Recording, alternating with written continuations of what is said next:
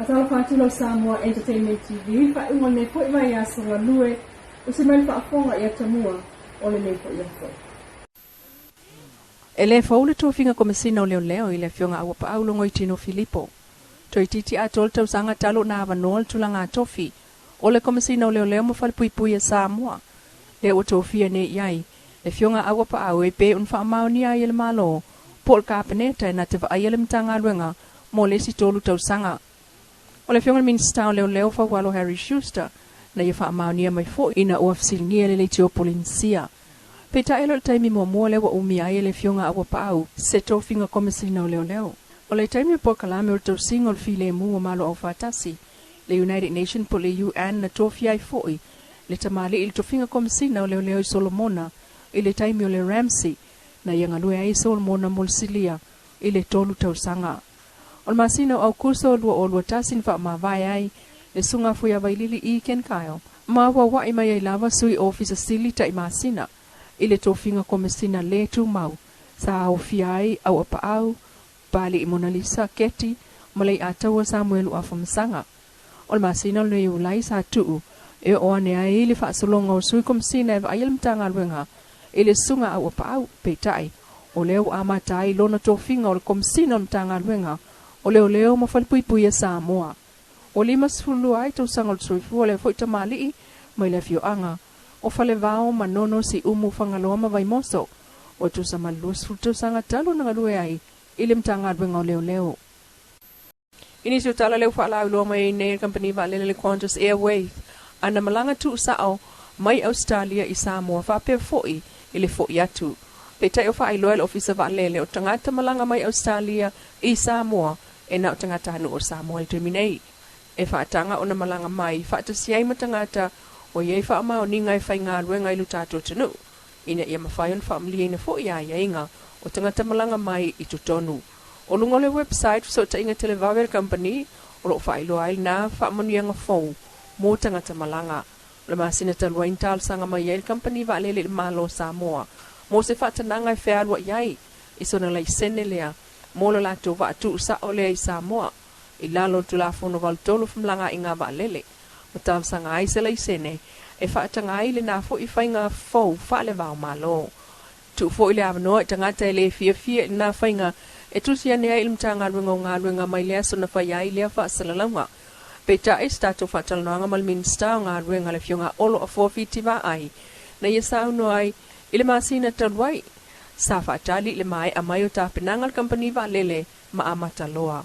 O whautuanga masani lava mo tangata malanga o le neiva i taimi, mai le ofisa wa lele o tā penanga le pāsese ina ia whaamlia ina umamana onga o wa lele. Talwai o le o le Samoa mua le masina e masani o na sui ai ia le tau o le suau, le tele o tausanga, o le whainga lava le nasa sawai e sui masina uma.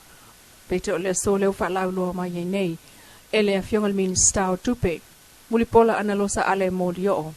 O le ale aisa sui ngai tau, leo le a whaatau o tuele pensini, kiso markarsini, mo le masina nei o yulai.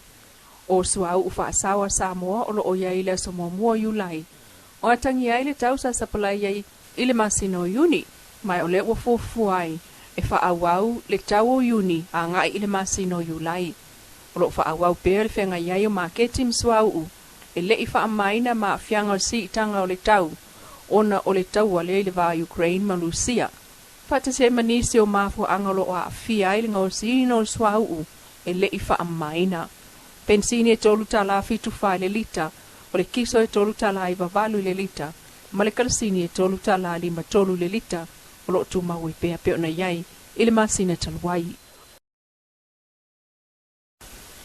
E ui o le ese o talitonunga lotu i lutato tunu. Peta e ufa awalane i le fono i le palemene.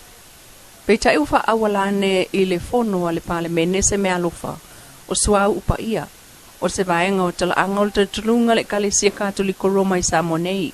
Ita ulmanga le palemene o le solulu, le ana angi ai whaalawa i tele le whaasafua mai ai, i le palemene o Samoa le suau upa ia, o le mea lufa le kalesia katoliko Roma i le awa. O le fionga min sau whaato anga mawhai ngā whaiva, la ule le maali e toa le watea pula te iwa fōsi shmet, na fōla ina le mea lofa mo whaipule umal mota. Whongwhete lai, malulua tu lava ina nei avea mo usala le whailoi natu al taupu nei le tolpol tato whono pōna tu ina mai ai se whaaloalo ele nuu o le au waa o tau silfia o lo iai le whaalinga le kalesia katoliko ia no mai ai tama itai e mamoli mai soau lo ta ua le teltonunga le kalesia katoliko o le soau pa ia sa fa so tai ai mai le fionga sa ftela ia sa lapi nati o tatu le mafuta fa o ina mai ai soau manei mo le parlamento o Samoa inei meane o le whaalia na vele mo sala o i lava le pa ia ma walunga o le maota e manaumia o le o luma nei le apa leo lo iai uma soa upa ia na whao mai le kalesia mo le tatou palemene ia malo nganga whaaloalo.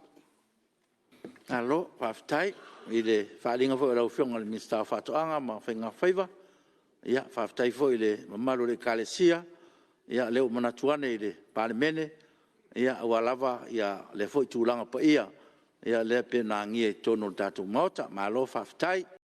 Ua whaateteleina o na mana o mia mai e company whai ngā luenga Australia. Tangata Samoa mo ngā luenga. Talu le whai ngā luenga le lei e pe o na pilipatia mai. E whaita wafe nisi tangata o lo mana o mia. E whaamalia ina le mana onga o tangata whai ngā luenga lei pai Australia. Taimine wa amato na tapena lea whai ngā whau. Mo tangata Samoa o lo uitutonu Australia ma New Zealand. Ia hawa noi Australia e pe o na ta ua le tātou pa anga wha moimoina. I Australia o lo o au fia i to tonu o whai ngā tonu o le malo Australia ma company whai ngā ruenga. Mai o le a iai fo i le whai ngā whaapitoa.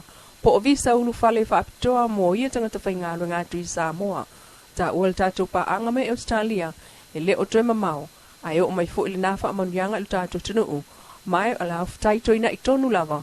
Ma malanga tu sa o le company wa lele le Qantas Airways i Sene ma Brisbane.